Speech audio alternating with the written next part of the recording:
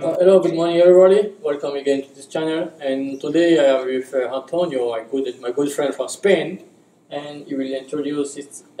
Talk about himself, sharing some, let's say, tips to the newcomers and whatever people are interested. And I think this is a good sharing. This will be a good time, right? Yeah, I'm very glad to be here to help everyone with their scholarship and wish to come to Japan. So yeah, thank you very much, Antonio. And we want to make a short, brief video. So if you guys have any question after you're watching this one, don't worry, just put it in comment, and Antonio will be, happy to, reply, right? sure. Any questions? I'll be there. Yeah, cool. So let's start from the beginning, and he will introduce himself and give a short introduction about whatever things you want to say about himself, right? Okay. So my name is Antonio Tejero de Pablos. I'm from Spain. I came to NAIST, Japanese University in Nara, to do my PhD. So I spent 3 years here doing research, and I'm graduating this March. So, cool. If you in Spanish, mi nombre es Antonio Tejero de Pablos. Soy de España, de Valladolid. Vine aquí a NAIST, una universidad para estudiantes de máster y doctorado en Nara, para hacer mi doctorado, y pues he estado aquí 3 años haciendo investigación y nada, y os voy a contar un poco cómo ha sido mi experiencia. Oh, very good. That was in Spanish. Yeah, that was Spanish. Okay, I will say that in French. Just that's my friend. French is... C'est mon ami Antonio, il vient d'Espagne et il étudie ici à NAIST au Japon, il est chercheur. Il a gradué de son PhD et là, il est celui qui nous parle aujourd'hui. Donc, today is going to be in English, so guys, sorry. And so the first question that we prepare is, you introduce yourself first, and how did you came to Japan? So you want to know how Antonio came to Japan and how he gets the scholarship. So can you tell us? Yeah, so actually when I applied for the scholarship, I applied twice. The first time I did it from my country, I didn't pass the interview because you applied first, then they call you for the interview, and then and do a Japanese test. And I didn't pass that one. I was a candidate. If someone would cancel, I would get in like a substitute candidate. But it didn't work. So I came to Japan to do an internship at NTT Communication Laboratories. And while in Japan, I applied directly from NAIST. That's a different. You can apply from your embassy, but then you can also apply directly from the university. So it was called the IPGP program, International Priority Graduate Program. Yeah, and I applied through that. It's another way of applying Mext. The result is the same. The only difference is that I didn't have 6 months, for the Japanese course at the beginning. And then I had some other requirements like doing an internship abroad and participating in a contest. But I think it was a good chance being in Japan and doing directly from the university. Japan, you don't need to go to the embassy process. Yeah. You did it, but you failed, so... Yeah, it's another option if you didn't pass the screening. In Spain, it's kind of competitive. Yeah, I think in Spain you have many Japanese center to learn Japanese. So yeah, there are kind of places. Yeah, it's a different place. Yeah. Okay, very good. So just keep in mind that it's right 2 times. The second time you failed, so you guys have to be motivated and don't be discouraged if you fail the first time. No one gets it straight. It's very hard. Exactly. And after that, was it easy to get the scholarship? No, right? Yeah, it was. It depends on the country. There are more or less people who are accepted, but in my experience, it's competitive. It depends on many factors, like your Japanese level. So I saw people with JLPT N1 level when I took the screening at the embassy. So it depends on your research skills, how many papers you have published before. So actually, the second time I applied, I had 1 more paper, I think. So it depends on your research experience. So that will determine how many chances you have to get it. But of course, if you really want want to get the scholarship to come to Japan, you should try. Yeah. So the process was not that easy because there's many criteria, many things you have to fill to get it. And since you apply straight, not the from the government, from the embassy one, I think it's much more kibishi, much more strict, much more rules. So you can say it wasn't that hard, easy for you. Yeah, a good thing and a good advice would be to know some professor from the university you apply to, because then when they do the screening, it's like, okay, but anyway, the professor knows him and it's gonna be smoother than if they have to find you a professor after they accept you. So very important point, if you can meet someone at the university before, in a conference, online, by mail. Just that's another factor. There are many factors, but that's an important one. So you want to come in Japan to study economy, I don't know, or whatever you want. So you just check the paper online, the professor of the university you are interested in, and you try to reach him by mail or physically, use whatever you can. Yeah. And can you, let's say, describe the process for the IPGP? Okay, so what happened was I was in contact with this university from the first time I applied to Mext. Okay.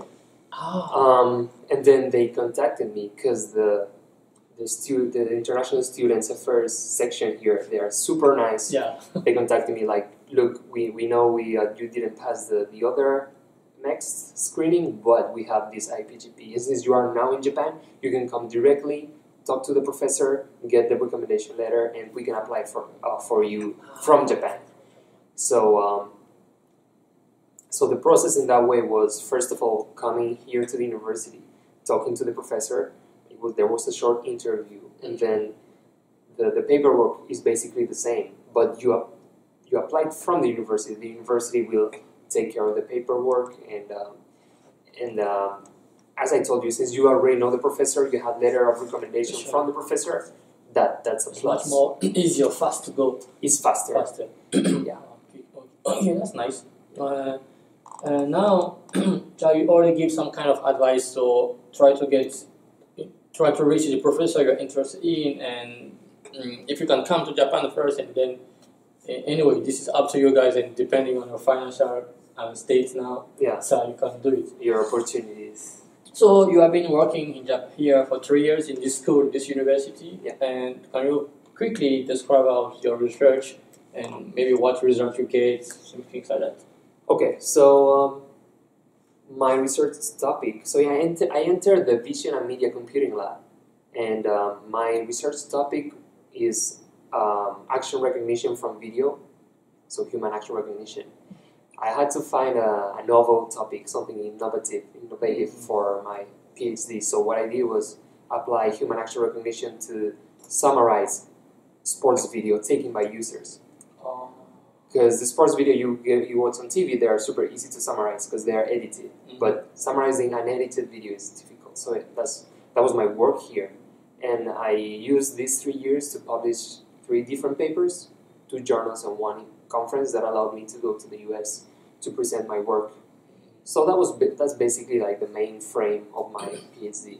So someone take a video, let's say amateur, have his camera, taking a video, and you try to, you rewrite a program or system behind to edit it for him like a professional in the TV. What would be, more exactly would be, exactly you have an edited video taken by someone. So since it's like on the TV, you have text on the screen, you have many cues, but there you only have the players doing, for example, I applied to like boxing, martial arts, fencing, table tennis, so you can record from close position, and then I use the movements and the actions of the players to determine which are the highlights of the video and create a summary. You have maybe 2 hours footage of a tournament.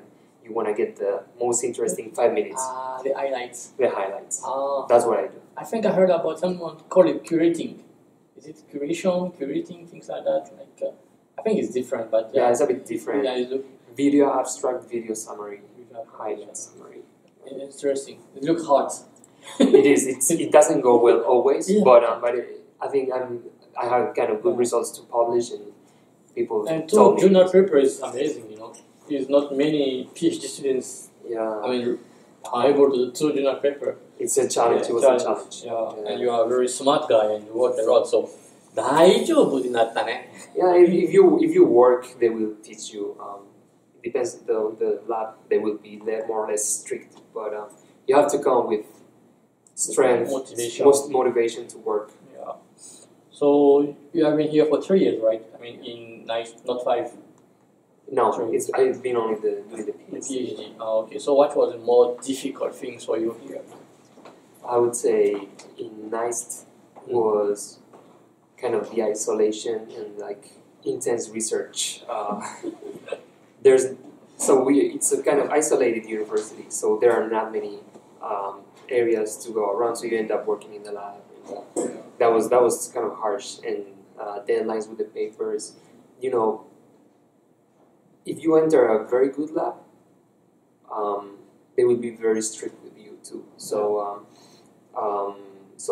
they will make you rewrite the things. Right. Check again. Check again.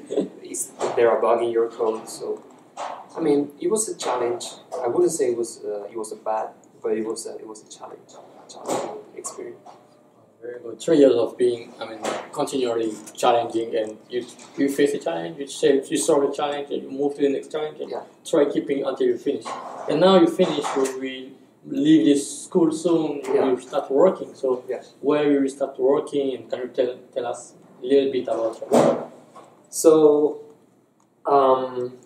in Japan, there is a job hunting process for companies, but what I did was I also did the job hunting process for universities, which is less strict in timing. You don't need to have perfect timing. So a couple of months ago, I got my job offer for the University of Tokyo, and I've been working there 3 years, starting as a researcher.